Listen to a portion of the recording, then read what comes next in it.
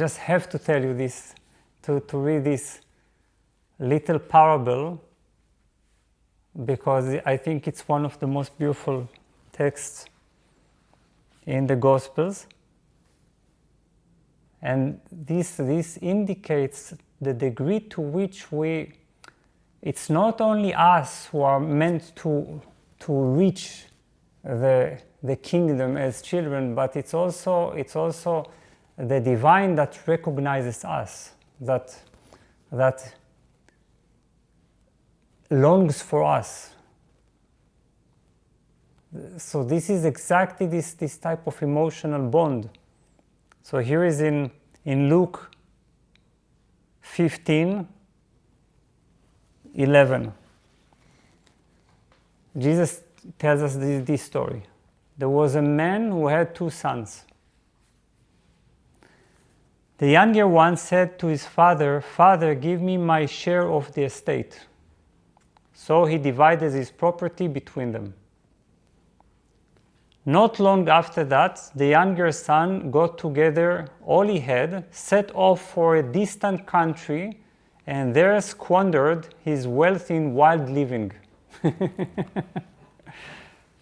So the son wastes all the heritage that he had. After he had spent everything, there was a severe famine in that whole country, and he began to be in need. So he went and hired himself out to a citizen of that country, who sent him to his fields to feed pigs. He longed to fill his stomach with the pods that the pigs were eating, but no one gave him anything.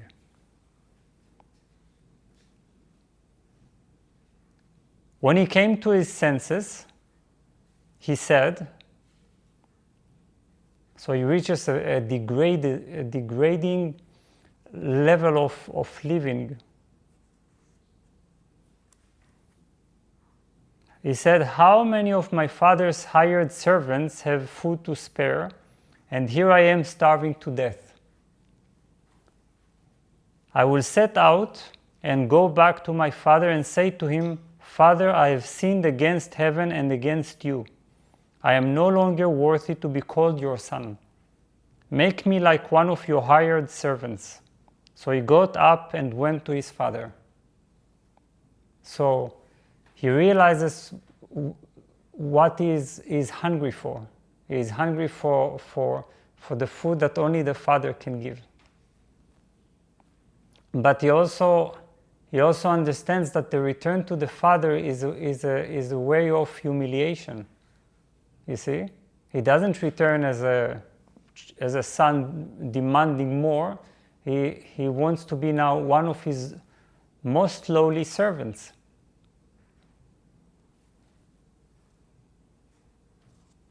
So he is actually making himself a child without self-importance and recognizing his genuine hunger, genuine deprivation, what could actually feed him.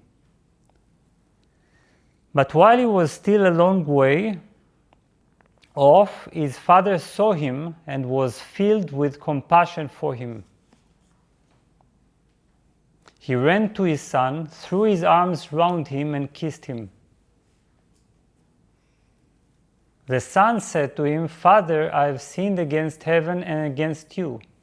I am no longer worthy to be called your son." Now, it's very important to understand the term sin, because we always, in olden days, the term sin and sinner were very prominent. Nowadays, we hardly use them.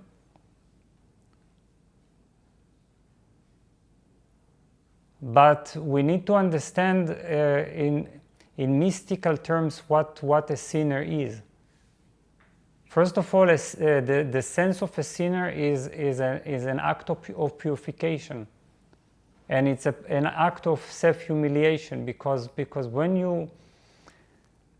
you put yourself in this position, well, you can never think highly of yourself. You see, You can never have this kind of ego explosion as we have, we have these days. Everyone has this type of great self-importance, and then the Christian mystic would always simply speak of him or herself as a sinner. That's it. I'm a sinner. So it's a form of purification. It nullifies, it eliminates any kind of self-importance. But even more deeply, a sinner is the sense of being separate from the divine. This is the sin. This is the original sin. The sin is the forgetfulness of oneself, the forgetfulness of one's nature. So when we say, I have sinned against heaven and against you, means I have begun to think that I have a different father, I have a different origin, that I am my body, that the life that I cling to is the life that is worth clinging to, that I think that I will die.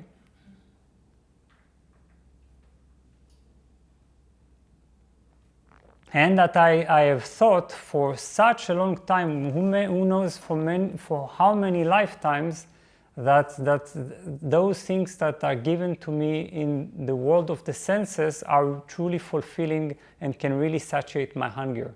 So this is sin.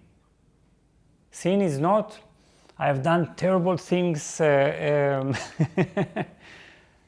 because most of us don't do terrible things, you see.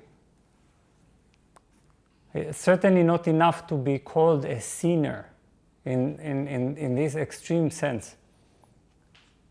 So sinner in the mystical view is something very subtle. It's all about self-forgetfulness.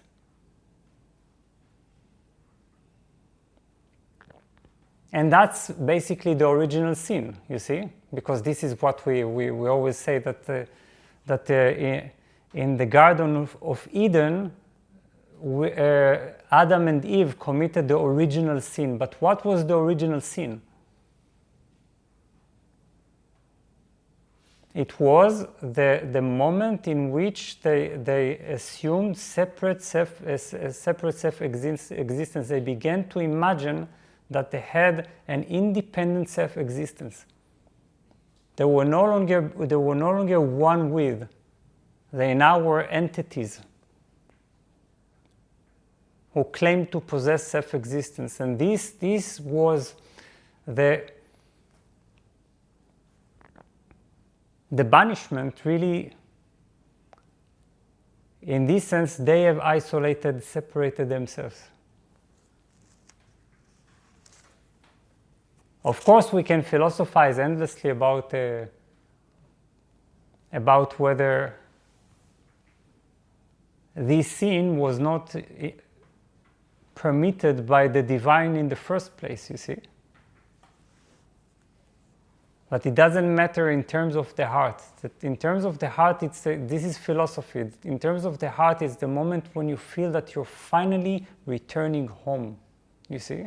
You're finally returning home. You're finally recognizing your true hunger. And you are remembering, after wandering in far-off lands, in foreign lands, doing things that are foreign to your nature, now you are returning home.